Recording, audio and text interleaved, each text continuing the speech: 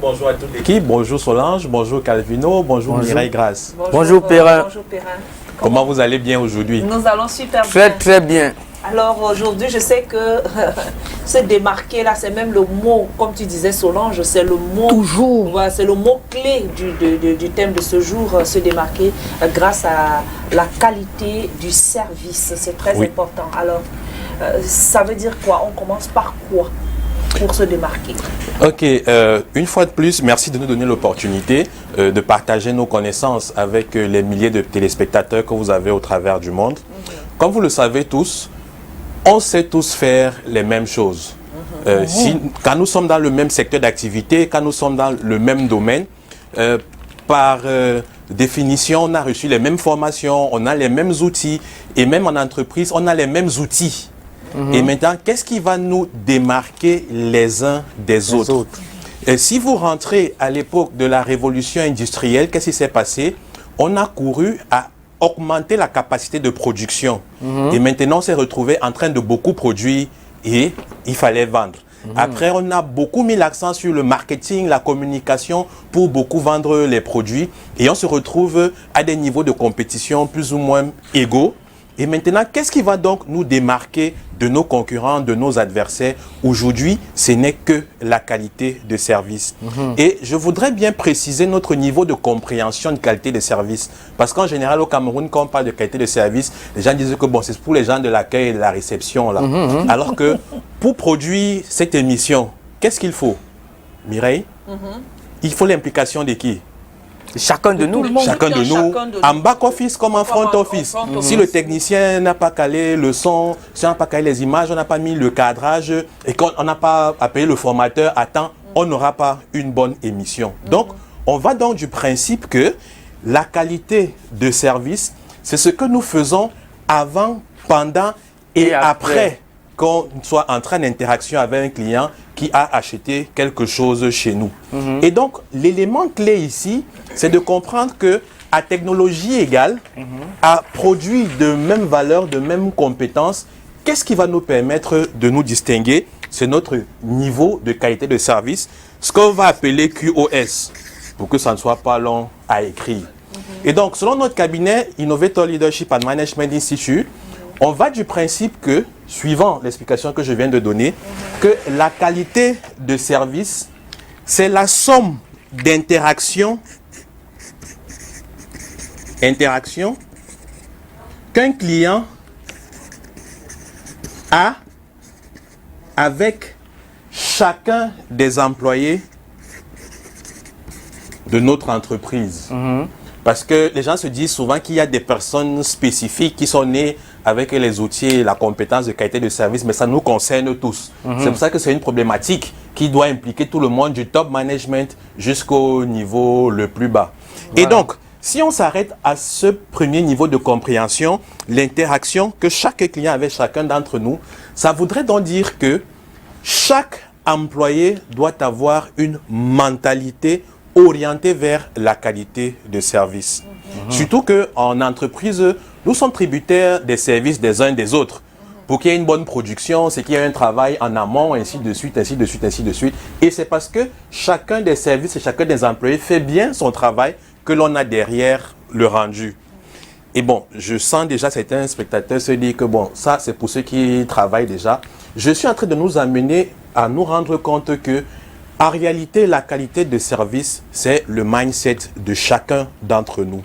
Et si on tire de manière plus profonde, on comprend que les organisations les plus performantes et les plus compétitives sont celles qui recrutent ceux qui ont l'état d'esprit de qualité de service.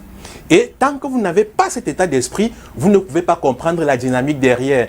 Et deux fois, bon, certaines entreprises nous appellent de venir corriger le mal quand il est profond. Donc, quand les gens ratent un certain nombre de choses pendant leur parcours de formation, après, c'est difficile de quadriller.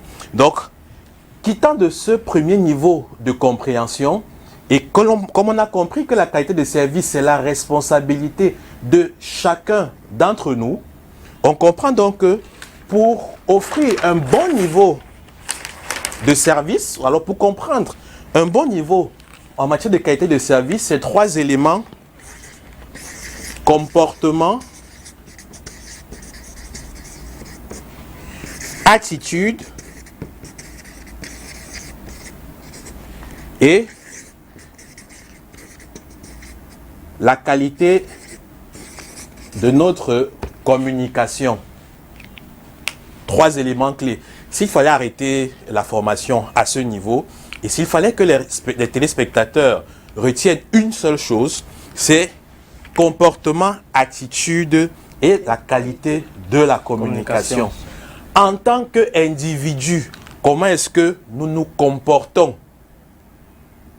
Et ça, ce n'est pas seulement pour vous qui êtes devant la caméra. Imaginez que je suis un téléspectateur ou bien même un annonceur. Voilà, justement, oui, on voulait prendre cet exemple, oui. puisque vous êtes en train de dire que c'est tout le monde à la fois. Oui. Imaginez un peu qu'un annonceur vienne à STV, arrive à la guérite, est mal reçu déjà. Est mal reçu, on lui parle mal, et il s'en va rencontrer le service commercial parce qu'il veut communiquer à 2 rendez-vous par exemple, et il est mal reçu. Résultat des courses, il ne viendra plus ici, et il n'y aura plus d'argent, et les retombées, tout le monde. Tout le monde, effectivement. Je sens que tu étais très forte à l'école. Tu étais toujours parmi les 3 premiers. Ok. Et donc, comme tu le disais tantôt, on identifie les premiers contact points que les potentiels clients et les annonceurs ont avec notre société. Dans votre cas, quel est le premier point contact qu'un potentiel annonceur aura avec votre entreprise? C'est la guérite. La guérite, l'appel. Parfois l'appel, parfois la guérite. Donc, commençons avec l'appel qui est loin. J'appelle avant de venir. Comment est-ce que selon les normes standards, en matière de gestion des standards, on doit décrocher son téléphone à la 2e sonnerie. Donc, quand le téléphone sonne plus de 2 fois, vous n'êtes plus performant, vous n'êtes plus compétitif et ça renvoie une image négative de votre organisation. Donc, imaginez, vous mettez dans les bandes d'annonces là, chez annonceurs, chez annonceuses, venez communiquer chez nous, meilleur prix compétitif, ainsi de suite, et qu'effectivement, vous avez même les meilleurs prix. Je prends le téléphone, personne ne décroche. Et c'est quand je m'apprête à raccrocher que quelqu'un décroche. Je ne dis pas que c'est votre cas. On a eu à voir dans certaines organisations. Oui. Vous voulez qui? Vous cherchez quoi?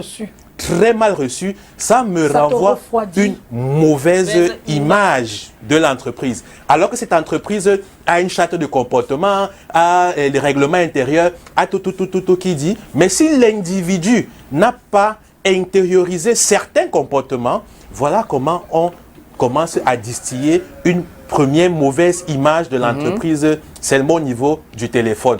Après, je me dis, bon, mon chef m'a dit qu'il faut communiquer à STV. J'ai eu la déception au téléphone. Je vais quand même y aller.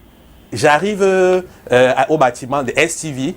Je trouve les agents de sécurité. Et puis, quand je demande que s'il vous plaît, STV, c'est à quel niveau, on me fait seulement un geste de la tête. Que toi, tu ne comprends pas que tu dois monter. Voilà. Tout le monde arrive ici, il monte.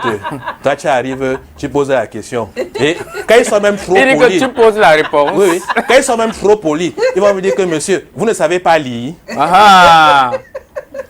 Et donc, tu appuies d'abord l'ascenseur. Bon, sans mauvaise publicité pour l'ascenseur. Tu appuies, ça ne vient pas. Après, tu comprends que tu dois prendre 1, 2, 1, 2, 1, 2. Et je dresse tout ce parcours. Il peut être ironique, mais pour voir quel est l'effet, l'impact négatif qu'il peut avoir sur un autre point qu'on va voir tout à l'heure, la perception que le client a de notre institution.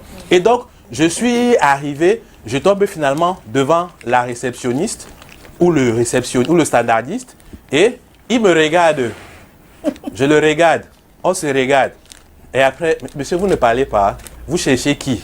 À ce moment, oui, je voudrais, ainsi de suite. Et donc, il y a déjà une succession de mauvaises interactions. C'est pour ça qu'on parle de l'interaction avec chacun des employés au sein de l'organisation. Ceux que j'ai traversés là vont se dire que c'est pas moi qui négocie avec les annonceurs, c'est pas moi qui négocie avec les clients ou les invités, c'est le problème des journalistes ou des animateurs qui les ont invités. Or, je commence déjà à avoir une mauvaise impression de votre organisation. Et rassurez-vous, je ne suis pas là pour lire sur le front que c'est Calvino qui n'est pas gentil, c'est Mireille Grasse qui n'est pas. Pour moi, c'est toute l'entreprise. C'est sûr que vous avez une formation de mauvais comportement au sein de cette entreprise, ce qui n'est pas toujours le cas. Et donc, j'ai traversé, avant donc d'arriver vers mon interlocuteur, est-ce que c'est le service commercial ou alors c'est l'animateur que je devais voir? avec tout ce passage négatif, je me fais une mauvaise impression de vous. Et en matière de business, ça diminue la valeur marchande que je voulais avoir avec vous. Donc, si je voulais faire une communication sur 2 mois et que, bon, je me dis que votre média, c'est un média incontournable et que mon boss m'a dit de faire, je vais dire vraiment, si je suis trop gentil, on communique 2 semaines, 1 mois et ça fait énormément d'argent que l'on perd sans se rendre compte. Et donc, comportement, attitude et la qualité de la communication. Ça, c'est vraiment la triptyque fondamentale pour commencer à parler de stratégie de qualité de service. Vous savez, quand vous invitez souvent les consultants dans vos organisations, vous vous attendez à ce qu'ils viennent avec des plans sur la comète, des stratégies pour lancer la fusée sur la Lune, alors que ça commence par de très petites choses. Maintenant, quand je quitte de ce concept de comportement, attitude et qualité et que je l'ai lié à l'impact que cela a sur l'entreprise, je vais encore plus loin à montrer l'impact que cela a sur l'individu. Et ça, c'est très important. Peut-être les employés ne seront pas d'accord avec ce que je dis, mais c'est une expertise mondialement avérée. Vous savez, dans notre environnement, le travail, ce n'est pas toujours évident. La rémunération aussi, c'est souvent chaud. On a souvent les mois de 45 jours, 60 jours, 65 jours. Et donc, il y a des employés qui ont la brillante idée de développer les attitudes, les comportements et la qualité de la communication en fonction de la rémunération qu'ils ont. Donc, quand on ne te paye pas à temps le mois-ci, tu attaches ta fâche comme si c'était le bout du coquille. Et ce que toi tu oublies, c'est que moi qui viens de l'extérieur, on ne m'a pas dit que la personne là, on ne l'a pas payé. Je ne sais pas que tu as tel problème. J'attribue ce mauvais comportement là à ton entreprise et à toi. Parce que souvenons-nous, seules les montagnes ne se rencontrent pas. Demain, on peut se rencontrer ailleurs, dans un autre contexte, où les positions seront inversées.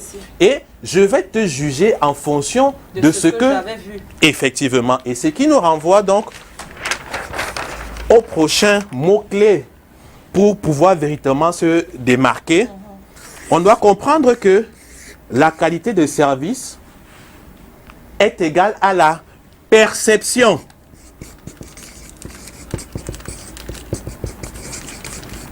que le client, que les clients ou les individus ou les gens ont de nous. S'il vous plaît, on est ici, le mot-clé ici c'est perception. On n'est pas là pour savoir si c'est la vérité ou pas. Et pour appuyer ce point de la perception-là, il y a des études du docteur Albert Mérabin, qui est un grand psychologue, qui nous a parlé des 3 éléments essentiels en matière de communication interpersonnelle. Je vais vous demander à vous sur le plateau, quand vous entrez en interaction avec quelqu'un et que vous vous apprêtez à communiquer, vous mettez plus l'accent sur quoi? Le contenu verbal, le mot que la personne va dire, le ton de la voix ou sa gestuelle. Bon, on va commencer avec Alvino. Contenu verbal. Tu attribuerais sur 100, tu donnerais combien? Contenu verbal, ici, c'est quoi de mots? 60%. 60%, ok. Le ton de la voix? Le ton de la voix, 10%. 10%, ok. Et le langage du corps, le reste, oui, le reste 30%. 30%, ok. Quelqu'un d'autre veut s'essayer? Contenu verbal pour moi, oui. 40%. 40%. Oui. Le ton de la voix, 60%. Oui. 60%. Pour moi. Ça fait les 40%. Tu es à 100 la main. Donc, il faut être à 100 sur les 3. Allons donc sur 30% pour le contenu verbal. Oui. Et maintenant, le langage corporel, 10%. 10%. Ok. Solange, on va faire quelque chose. Si je te regarde et je te dis, tu es belle, hein? Qu'est-ce que tu comprends? Tu es belle. Non, regarde son ton. Tu es belle, hein? Qu'est-ce que tu comprends? Ça ne me flatte pas, ça m'énerve. Hey, Alors qu'en termes de contenu verbal, le choix de mots, c'était positif ou négatif? C'était positif. Positif, oui. Mais la perception qu'elle a eue, c'est autre. Mais si je regarde Calvino et que je dis, qu'est-ce que tu as compris? J'ai compris que c'est positif à 100%. Qu'on est ensemble, oui. Comme on dit au pays. Oui. Et donc, sur la base de ce petit exemple, le docteur Albert Mirabin nous fait comprendre que en matière de communication interpersonnelle, on accorde 7% au contenu verbal. Wow. C'est pour ça que j'ai dit tu es belle, mais tu n'as pas retenu le tu es belle, tu étais plutôt effrayé par autre chose. Et dans le cas de Calvino, je n'aime carrément rien dit, mais il a tout compris. Et donc le ton de la voix importe, parce que si je dis tu es belle et que je dis ah tu es très belle, ça change tout, compte pour 38%. Et enfin, la clé en matière de communication interpersonnelle, 55% vont dans le langage du corps. Wow. D'où la maxime, ton corps parle si fort que l'on n'entend pas ce que tu dis. Et donc, nous en tant que jeunes professionnels, chercheurs d'emploi ou bien même start-upers ou employés, on doit comprendre, comme je disais tantôt, les mauvaises interactions qu'on a ou les antécédents qu'on a avec nos collègues, avec notre chef, avec madame ou monsieur à la maison, n'est pas affiché sur nos fronts. Et donc, en matière de perception, on utilise très souvent ces outils pour déterminer la qualité de l'interaction que l'on aura avec vous.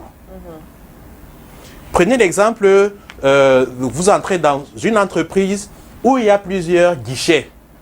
Vous balayez les guichets et vous choisissez un guichet. Et en choisissant ce guichet, vous voyez comment le service avance là-bas. Et puis dans l'autre guichet, un client s'aventure dans ce guichet et qu'il entend seulement que « Monsieur, vous ne voyez pas que j'ai déjà fermé. Qu'est-ce que vous allez vous dire dans votre cœur? J'avais moi bien dit, j'avais bien senti ça. » Parce que son corps a tellement parlé fort que l'on n'a pas besoin d'entendre les mots que tu dis. Pas pour dire que les mots ne sont pas importants, mais l'essentiel de notre communication interpersonnelle se fait sans les mots. Donc, il devient donc important pour chaque entreprise de rappeler ce concept à leurs employés. Comment est-ce qu'on devrait avoir un bon niveau de comportement pour tous les niveaux de l'entreprise? C'est pour ça que le sourire, parfois, est très important. Quand on vous accueille avec le sourire, très important. Vous avez envie de revenir le lendemain. Très important. Et c'est pour ça que je disais tantôt, la perception que je me fais de vous va influencer la nature de l'interaction que on aura.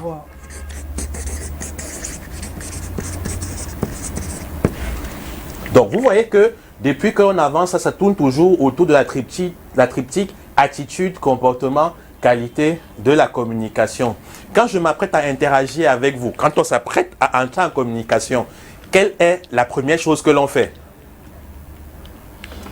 On ne s'est jamais parlé, on se voit pour la première fois. Quelle est la première chose que l'on fait? Salutations. C'est d'abord la politesse. La politesse, les formules de politesse. Au travers de quoi? Un sourire. Le premier geste que l'on fait, c'est le sourire. Le regard. Le regard. Donc, tu souris à quelqu'un que tu ne connais pas. Le regard. Sinon, si tu souris à quelqu'un que tu ne connais pas, c'est que c'est un sourire faux. Faux. Ou bien on va interpréter ça différemment. Oui. Donc, la première des choses, en fait, c'est pour dire, tu ne te retournes pas seulement pour sourire à quelqu'un. Il y a d'abord le premier contact qui est au niveau des yeux. Eye contact. Et donc, quand on est entré en connexion par les yeux, qu'est-ce qui découle naturellement? Le sourire. Le sourire. Et par la suite? La gestuelle. Oui, la gestuelle qui accompagne le sourire. Avant de sortir la parole. Le premier mot. Le premier mot. Donc, quand on a compris cet élément, on comprend pourquoi vous dites, vous qui offrez un service, vous dites bonjour à quelqu'un, il est fâché. Mais monsieur, on vous salue, vous ne répondez pas. Parce que avant de le saluer, est-ce qu'il y a eu un contact? D'abord. On sait comment nous faisons dans nos différentes entreprises. Quand on arrive, on est dans les Zooms. Bon, aujourd'hui, WhatsApp a remplacé les Zoom. On est dans les WhatsApp et autres. Et qu'on est trop content, on dit, monsieur Palais, on vous écoute. Est-ce qu'on écoute avec les yeux? Voilà. Oh, ça commence avec le eye contact, le sourire qui est venu, la gestuelle qui vient avec, avant de me dire bonjour monsieur. Et c'est ça qui fait à ce que je vous perçoive comme quelqu'un d'avenant. Et c'est donc par rapport à cela que je vais m'ouvrir à l'interaction que nous aurons. Mesdames, messieurs... C'est le regard même qui peut entraîner même un coup de foudre. Mais bien sûr. Le regard, et puis là, tout se joue. Autour de ça. On peut aimer, comme on peut détester, il y a tellement de choses avec le regard. Et donc, incroyable. Ce regard-là fait générer la perception. Absolument. Et donc, à partir de ces perceptions, qu'est-ce qu'on cherche à faire? À confirmer ou à infirmer cette image que l'on a eue. Et donc, quand on l'a maintenant, voici ce qui devrait suivre. Et vous voyez que les points que nous abordons n'ont rien à voir avec le niveau de connaissance technique. Quand on était petit, on nous disait très souvent, vraiment, ton oncle, on ne l'a pas nommé directeur parce que comme il est Bamileke, ou bien parce que comme il est Béchi, parce qu'il est comme les musulmans, il est chrétien, on ne voulait pas le faire monter dans l'entreprise. Très bon technicien, diplômé des meilleures universités dans le monde, mais regardez la perception qu'il donne aux gens. Si tu grondes, tu menaces, tu n'es pas avenant, tu n'es pas disponible et que tu montres toujours aux autres que tu es trop intelligent, comment est-ce que les gens vont vouloir interagir avec toi? Et par la suite, quand le business ne va pas marcher, on va dire que vraiment nos concurrents utilisent les herbes, ils utilisent la magie et autres, alors que ce sont ces petites choses. Des petites choses. Des très petites choses. Et je vais donc continuer avec un autre exemple qui est lui tout aussi banal, qui nous montre l'importance d'adopter ces petits éléments. Mireille Grace, oui. Dis-moi une chose sur laquelle tu dépenses chaque mois. Une chose. C'est la bouffe pour les chaussures. Les chaussures. Les habits. J'ai de mes grâces. C'est toi qui achètes. C'est ma mère, c'est ma mère. Ça dépend, ça dépend de quelle dépense. Parce ok, que, anyone. Le téléphone. Non. Tu es au moins sûr que tu dépenses ça tous les mois, les appels. Non, ce que je dépense le plus, là où je dépense le plus, c'est au niveau de la bouffe pour mes enfants. Ok, donc on va prendre la bouffe.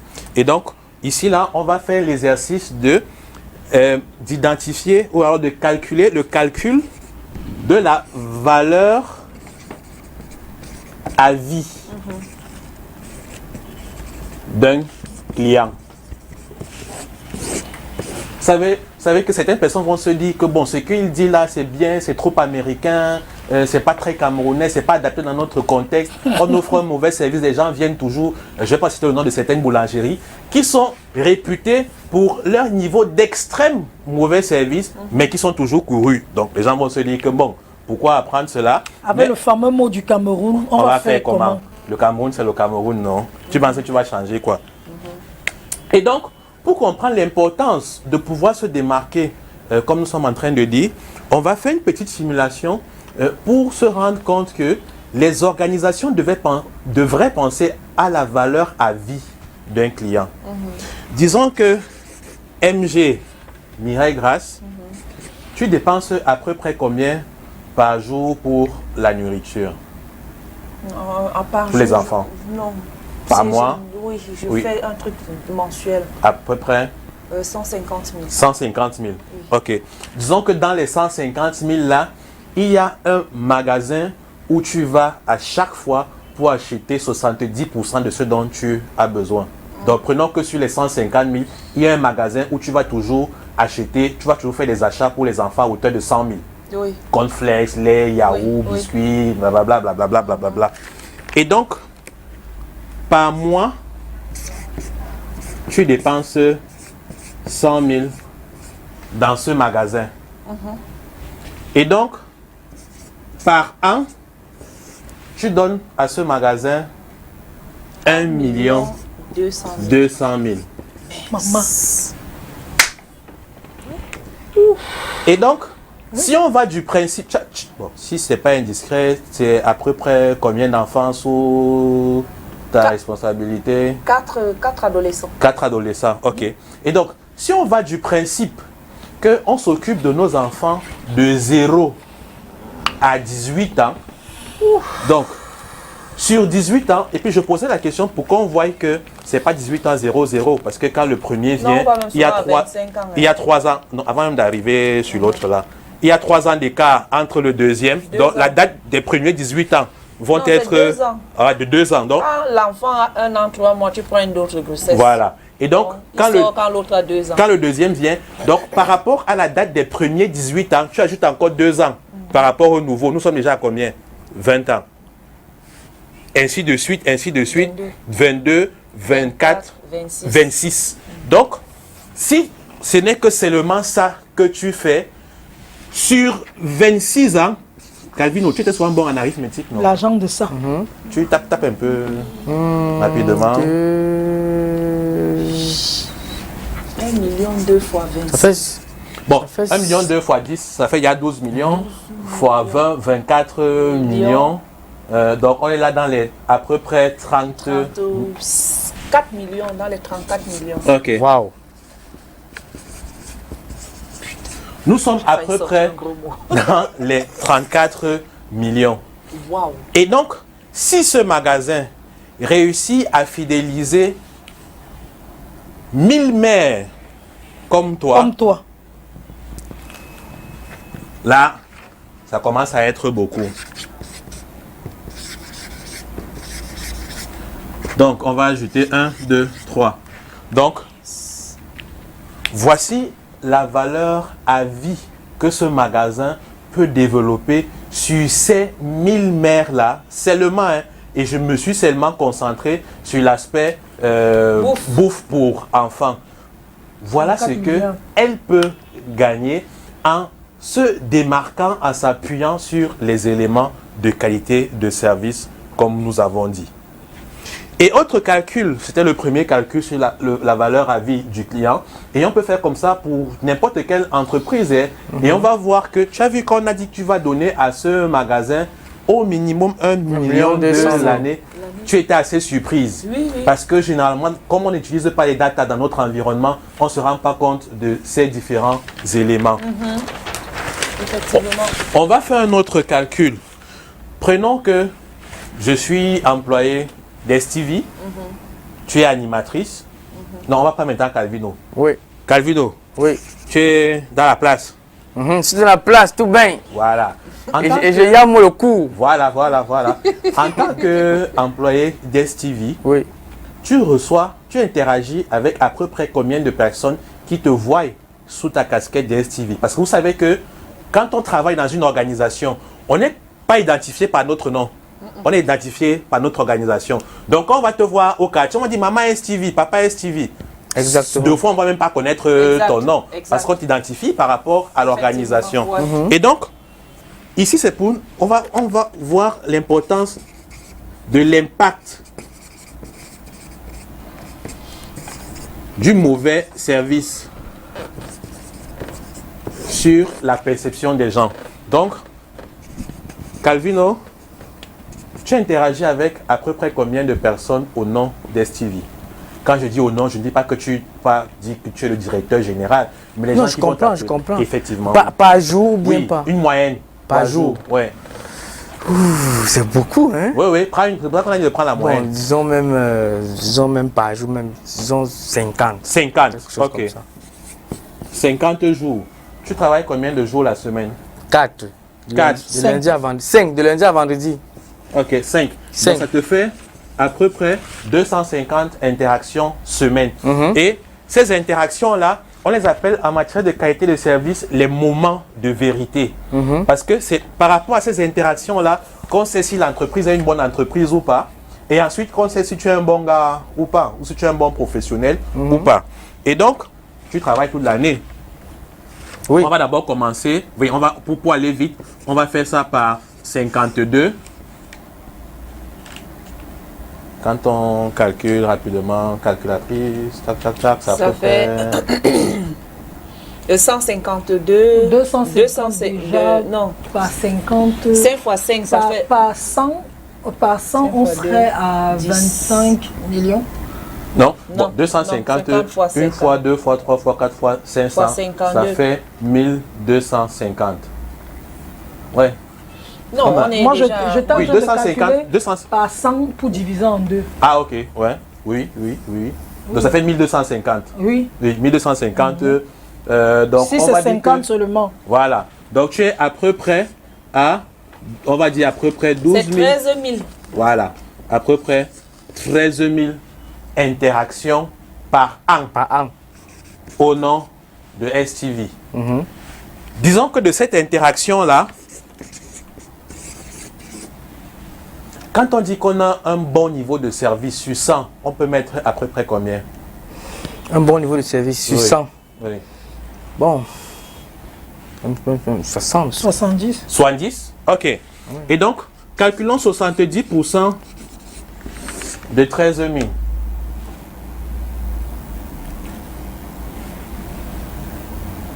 Comment ça? On fait 70% de... Donc, on fait 13 000 fois 0,70. 13 000 fois 0,70. 0,70, oui. Ça donne 910 000. Ok. Donc, sur les 13 000 interactions que tu as, Calvino, oui, avec les gens, dans ta casquette d'employé d'STV, c'est à peu près combien? On a dit combien? 0, fois 70, ça fait 9100 francs. Donc, 9100. 13 000 fois 0,70, okay, ça fait 9100. Donc, quand Calvino est à un haut niveau de performance, si on prend son niveau moyen de 13 000 interactions par an, 9100 fois, les gens vont sortir satisfaits. Ça voudrait dire que combien de personnes vont sortir insatisfaits? Donc 9100 moins 13 000. Oui. Ou alors 13 000 fois 0,30. Non, moins 13 000, oui. Moins 13 000, oui, c'est dans les 3900 personnes. 3960. Donc, non, 3900. 3900, ok. Donc, chers amis, voici où le tout se joue. Un individu, vous êtes à peu près combien d'employés chez STV, le groupe Spectrum? C'est un mec là qui connaît. Voilà. Donc, on peut être modeste et se lancer et dire dans plus d'une centaine. Oui. Ok. Donc, sur la centaine d'individus là, que l'on identifie en tant que le groupe Spectrum, on a pris un individu qui interagit à peu près 13 000 fois l'année avec des personnes externes à l'entreprise. Et donc, sur ces personnes-là, c'est conditionnel, hein, s'il a un bon niveau de service, 9100 personnes vont ressortir avec une image positive de lui et par conséquent positive de la télé. Voilà. Et c'est là où le bas blesse. Jusqu'à 3900 personnes sortent insatisfaites. Et selon le Harvard Business Review, avant l'explosion des réseaux sociaux, une personne mécontente parle à 10. Et comme je dis, c'est une étude avant l'explosion des réseaux sociaux. Donc, en clair, c'est que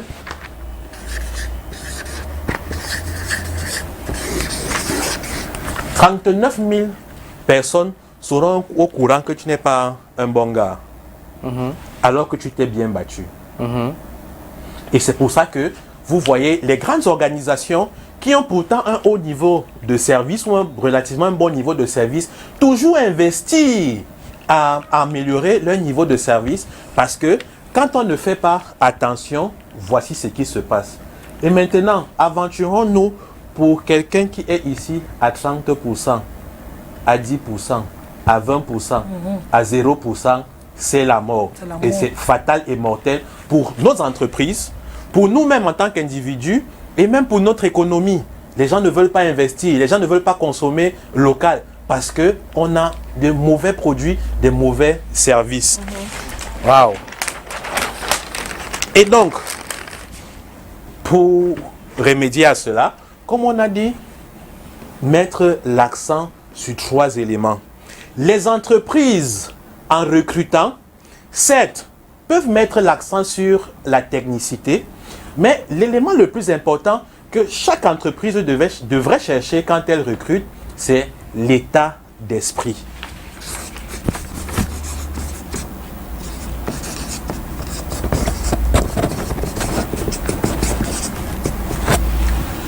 Je peux être un individu qui a un niveau de performance moyen et l'organisation m'amène à devenir très bon.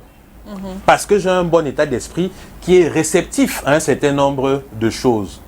Mais au contraire, si vous avez quelqu'un qui est techniquement bon, ce n'est pas un secret, ce n'est pas des insultes. Il y a des journalistes qui ont de la peine à rester longtemps dans un média. Ils sont extrêmement bons, mais en matière d'état d'esprit, c'est très compliqué. Pas bon du tout. C'est très compliqué. Et donc, on ne peut pas les garder dans une organisation. Et le pire en matière de qualité de service, c'est que généralement, c'est ceux qui vont polluer l'environnement de travail et ça va contribuer aux mauvaises performances de nos entreprises. Donc, l'entreprise, en recrutant, pour pouvoir se démarquer en s'appuyant sur les éléments stratégiques de qualité de service. Et comme je dis, nous, notre cabinet, nous accompagnons les entreprises à construire de véritables stratégies de qualité de service. Donc, si l'entreprise ne fait pas attention par rapport à l'état d'esprit, elle va recruter un mauvais collaborateur qui va gâter l'esprit, l'ambiance de l'équipe qui règne.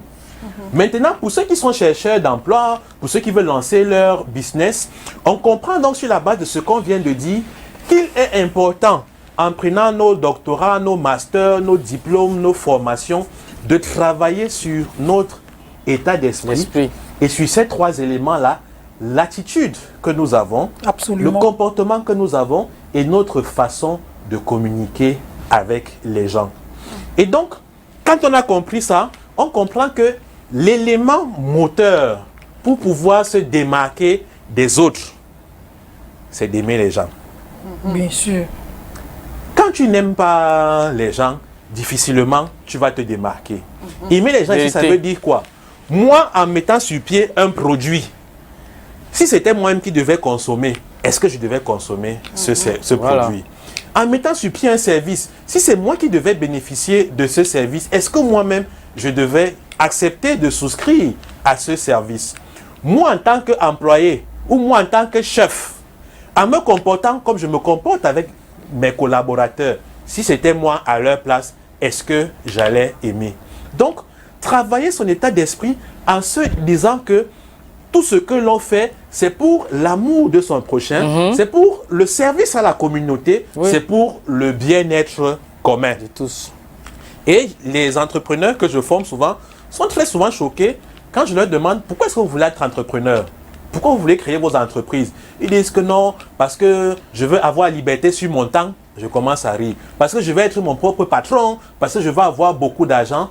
Et je les choque généralement en disant que si la raison qui vous motive à être entrepreneur, à être votre propre patron, c'est que vous aurez tout votre temps, c'est que vous n'aurez pas de temps pour vous. Parce que quand tu es employé, tu es au moins bien. Les factures ne te concernent pas. La pression des fournisseurs, ce n'est pas ton problème, ainsi de suite, ainsi de suite. Quand tu deviens patron, c'est maintenant toi. Les salaires, ainsi de suite, ainsi de suite. Voilà. Et donc, si l'entreprise n'est pas ouverte, les impôts, si l'entreprise n'est pas ouverte à temps, on va appeler qui? On va appeler le chef. Donc, si tu n'as pas mis une bonne organisation pour gérer ça, tu ne vas pas avoir ta liberté de temps. C'était ça qui te motivait en premier. Donc, ce qui doit nous motiver, quand on veut se lancer dans l'entrepreneuriat, c'est qu'on veut apporter une solution à un problème qu'on a identifié. Parce qu'on veut contribuer au bien-être des gens. Et maintenant, se faire de l'argent va devenir fonction de comment est-ce qu'on se démarque des autres. Il y a des gens qui font le call box. Ils sont 5-6 sur une même ligne. Ils reçoivent les crédits chez les mêmes fournisseurs. Il y a une qui va faire 10-15 000 la journée. Absolument. Tout à côté d'elle, il y a une qui va faire 50, 75, 100 000 la journée. C'est les mêmes tarifs, c'est les mêmes prix, c'est les mêmes bonus. L'approche qu'elle a maintenant, l'approche que tu as avec les clients, c'est ça qui... Mais manager, il y a certaines filles que c'est parce qu'elles sont trop belles qu'elles attirent les hommes. Tout ça aussi, ça joue. Oui. Tout ça peut jouer. Calvino. Oui. Et c'est là où maintenant la notion de beauté est assez relative. Oui. Parce qu'il y a des gens qui ont de belles plastiques. perception. Quand tu commences à interagir, quand elle te frappe là, quand elle te fait ça tu commences à te saboter. Voilà. Donc, il faut faire attention à ce qu'on met derrière l'aspect beauté. Et donc, cette véritable beauté-là, elle est la beauté intérieure. Qui forcément se retranscrit ou bien qui ressort au travers des attitudes, des comportements et la façon dont nous avons de communiquer. Et effectivement, Calvino, il y a les filles, quand tu viens pour faire ton achat quelque part, quand tu viens à moto et que tu es habillé comme nous aussi, vraiment, elle te regarde, elle va te dire que attendez là-bas. Parce que tu n'as pas le parfum Dior. Voilà. Mais si c'est quelqu'un qui vient, 4x4, veste, cravate, tout ça, elle va même courir, même sous la pluie, elle va le prendre que monsieur, on peut vous aider, ainsi de suite. Et donc, les êtres humains savent reconnaître les émotions que nous transmettons. Souvenez-vous, on a les mots-clés, on a parlé de perception, interaction, ainsi de suite. Et on a dit que le corps parlait plus que ce que les mots disent. Absolument. Dans nos différentes écoles, quand on formait les gens à l'interaction, on va vous dire que quand le client vient, il faut sourire. Donc vous voyez les gens là, quand vous passez le paillasson, quelqu'un plaque un sourire. Et tu regardes la personne, tu sens que c'est un faux sourire. C'est moche. Donc, si tu n'aimes pas les gens du plus profond de ton cœur, comme la Bible, tu ne peux pas l'exprimer. Comme toutes les religions le disent, tu ne peux pas l'exprimer. Par conséquent, la connexion que nous aurons, soit elle sera uniquement transactionnelle, parce que bon, je n'ai pas le choix, je dois payer chez toi ou bien je dois passer par toi, il n'y aura plus rien. Donc, le jour où j'ai une autre possibilité, qu'est-ce que je fais? Je switch. Mais quand nous bâtissons des émotions fortes, positives, tu as ton petit restaurant. Un gars ouvre son restaurant 5 étoiles, les gens viennent toujours chez toi. Absolument. Il n'y a pas la clim, il n'y a pas. Tu es toujours plein. Tu supplies même que, ouais, les gars, ne venez pas, les gars, disent que non, on veut venir faire le rang par rapport à la qualité de l'émotion que tu donnes. Oui, mais Perrin, comment explique-t-on dans le fait aussi que une femme qui tient un restaurant, elle est gueulade à volonté. Elle vous engueule, mais vous continuez toujours d'aller de là où elle fait ça. Parce qu'elle a un autre truc. Effectivement. Parce que quand elle vous engueule, vous êtes content même d'être engueulé par elle. Et les gens continuent de venir. Pourtant, elle vous dit des mots vraiment qui choquent. Et comment on va donc expliquer? C'est un peu le Tobassi. On va expliquer. Donc, Calvino, c'est pas forcément le Tobassi. C'est là où maintenant l'environnement et le contexte dans lequel nous sommes jouent. Calvino, souviens-toi, quand on était jeune, à la récréation là, il y avait un gars qui pouvait te dire, permettez-moi l'expression, ta grosse tête, tu ris. Voilà. Mais il y a un jour, quand il commence à demander ta grosse, tu commences la bagarre. Parce que le contexte et l'environnement, le moment où il a sorti ce mot a un impact différent. Donc, pour certaines personnes, réussissent à vendre leurs émotions là, elles sont vraies dans ce qu'elles font et certaines personnes décident d'accepter cela et c'est pour ça qu'elles continuent à venir. Mais à sauf pour ceux qui n'ont pas le choix. Où intervient la démarcation et la qualité. C'est pour ça que moi, je pense que celle-là a réussi.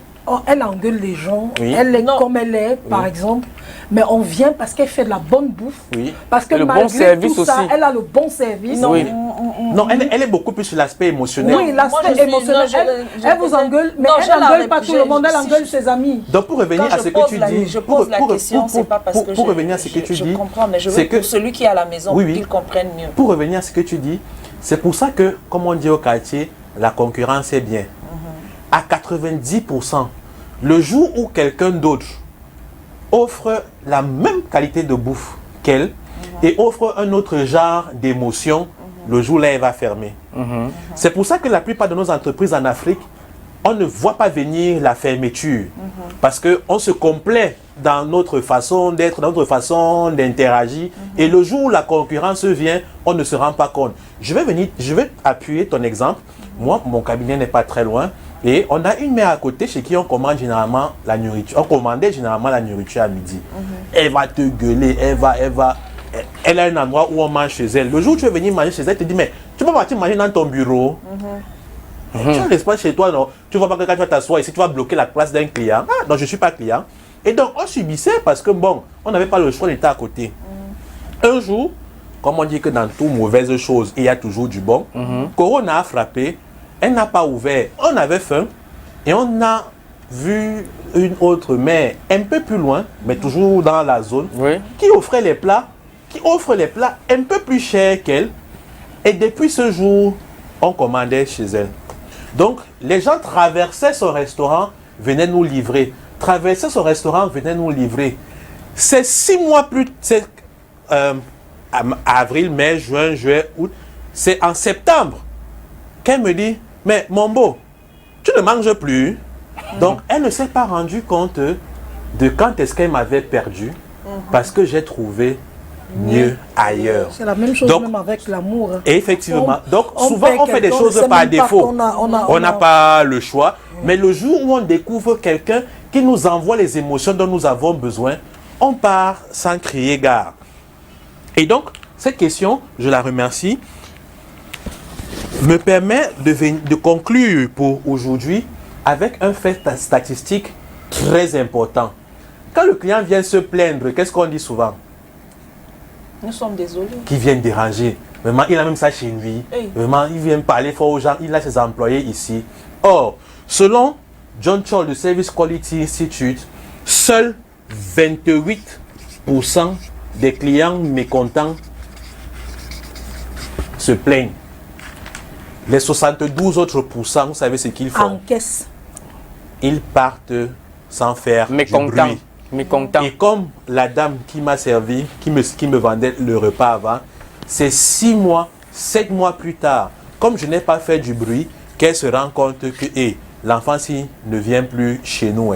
Et si nous sommes 10 comme ça à partir, 100, 1000, imaginons l'impact que cela a sur notre business. FM. Donc c'était ce que nous avions pour vous aujourd'hui. Et puis s'il y a des questions des téléspectateurs et autres, on peut répondre. Ouais. On n'a même plus beaucoup de temps. Je me souviens, un jour, je me suis retrouvée dans un supermarché de la place où j'ai l'habitude de faire mes courses, où je laisse par jour au moins 4 fois par semaine, au moins 25 000 par jour. Oui. Au moins. Au moins. 100 000 la semaine. Oui. Et donc, je me plains là-bas. Oui.